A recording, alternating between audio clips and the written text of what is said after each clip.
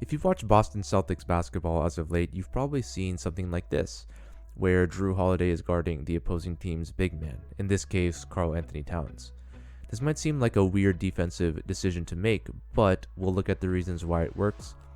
What differs this from something we've seen from the past from the Celtics? So last year we saw Brogdon guarding AD in their matchup against the Lakers. Again, Brogdon is a strong guard who can defend bigs, but Jrue is kind of on a completely different level in what makes this defense work as it does. So in this play, he shuts off the dribble handoff with the switch. Karl Anthony Towns contested 3. Celtics very happy with that look. Here, again, Jrue strong enough to guard Cat in the high post. Doesn't give up any ground. Has to kick the ball out, which leads to McDaniel's long 2. And here Jrue starts position fronting, recovers, forces him baseline into the help, where Cat turns the ball over. Now we'll take a look at last night's Celtics-Sixers matchup, in which Jrue started the game guarding Joel Embiid. So in this possession, we'll see he does a great job cutting off Embiid's drive. Another reason why Jrue is great in this matchup. Embiid loves to initiate from the perimeter. Now we'll look at this possession. We'll see how the Celtics will elect to defend the Sixers pick and roll attack. With Jrue Holiday as the roll man, that allows the Celtics to be very switchable. They're already a very switchable team. In this case, Jrue very happy to switch that. Embiid not able to punish the switch on this possession. On this next possession, Jrue starts running the post. Porzingis slides over, so we know that the Celtics really don't want to give up any sort of Embiid paint looks. This is even further emphasized on the next possession, where we see here Porzingis pre-switching with Holiday once Embiid tries to seal in the paint in transition. So the Celtics want to make sure that Porzingis is guarding Embiid whenever he's in the paint. When we roll the clip, we'll see that Porzingis tries to front, gets out of position, and has to foul Embiid. Now here we'll get to see what the Celtics want to do guarding Embiid in that mid-post area. Jrue does a good job shutting off the middle, forcing Embiid baseline, but Porzingis a little bit slow on the help, leads to Embiid dunk. Now here late in the second, we'll see Embiid guarded by Jrue in the high post again, this time dribble handoff, switch Jrue. Now Porzingis guarding Embiid one-on-one, which is again a matchup the Celtics are completely okay with. Embiid passes the ball out. At the start of the second half here, we'll see a switch which leaves Jrue guarding Maxey, Embiid on Brown this time, like we saw before, but Embiid tries to attack the mismatch, however gets the ball poked loose. Now on this play, we see that with Horford in the game, he's guarding Embiid, a completely different look on the pick and roll, complete drop coverage. So the Celtics are throwing a bunch of different looks at the Sixers based on who's on the floor.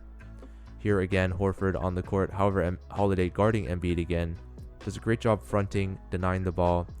Once he does get the ball, Horford comes over, shows help, double, one pass away, which leads to Maxey. On this possession, Jrue actually starts by guarding Maxey, and Embiid, we can see Embiid here thinking about the pick and roll. They decide to run it anyway. Celtics very okay with switching now from the reverse. Jrue guarding Embiid from the perimeter, which we saw him do a good job of before, pokes the ball loose, and Embiid low time on the shot clock leads to a air ball. Jrue guarding Embiid again in the high post, and we can see now that the Celtics will pretty much always elect to send some sort of help here. Derek White cheating over, which leaves Maxey a little bit free. Another scenario here where Jrue is guarding Embiid off the ball. Celtics do a lot of switching on this possession here, with Embiid getting the ball to Maxey. With the pick and roll here, they switch Derek White onto Embiid. Embiid really thinks he can attack this matchup, so he gets down low, but the Celtics are very aware of that, switch him out with Horford. Tatum a little slow on that rotation though, which leads to Harris 3. On this possession, Sixers get the ball in to Embiid high post again. Jrue forces him to the middle towards the help, and Embiid throws a tough pass to the corner, which leads to a missed 3. And here I just wanted to highlight the absurdity of Jrue Holiday on this play, picking up full court, forcing the turnover after guarding the other team's center for most of the game, which leads to a breakaway layup for Tatum. Here with Jrue again guarding Embiid, fronting the post, preventing the inbounds pass to going to Embiid. They eventually, after a little bit of meandering, get into the Embiid Maxey pick and roll, switch that. Tatum now guarding Embiid. Takes him a very long time to get the ball into the post. It looks like the Celtics probably wanted to send some form of help here. A little bit late from Porzingis leads to Embiid getting a decent look off. Here, final possession for the Sixers, only up 3 now. We see that Porzingis is guarding Beverly, who was subbed into the game. Jrue on Embiid. Porzingis completely abandons Beverly to double Embiid, get the ball out of his hands. They don't find the wide open man. Maxey goes one-on-one, is unable to score, and suddenly, Celtics have a shot of tying the game after being down double digits just moments ago. And here we'll see on the final possession, Celtics get a great look from Porzingis, not able to fall, but this comeback wouldn't have been possible if it wasn't for some defensive trickery and scheming from Joe Mazzulla and the Boston Celtics. So I hope to see more of that from Jrue and the rest of the Celtics this year. And thanks for watching.